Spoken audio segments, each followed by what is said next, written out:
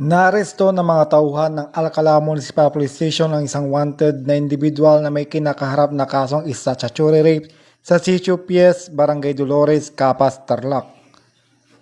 Ang suspect ay kinilalang sa alias na Loreto, 68 taong gulang, walang trabaho at residente ng Barangay Pinandangan, Sentro, Alcala, Pangasinan. Batay sa dokumentong nilabas ng korte, ang suspect ay may alias warrant of arrest kaugnay sa kasong statutory rape sa ilalim ng criminal case number B-3134 na walang nirekomendang piyansa.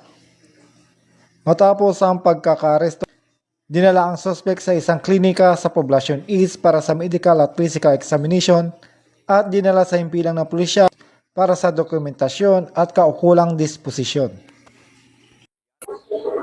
Mula dito sa Ilocos Region, ako ang iyong PNN Correspondent, Police Master Sergeant Marvin J. Romero, alagad ng batas, taga-taguyod ng Balitang Pulis.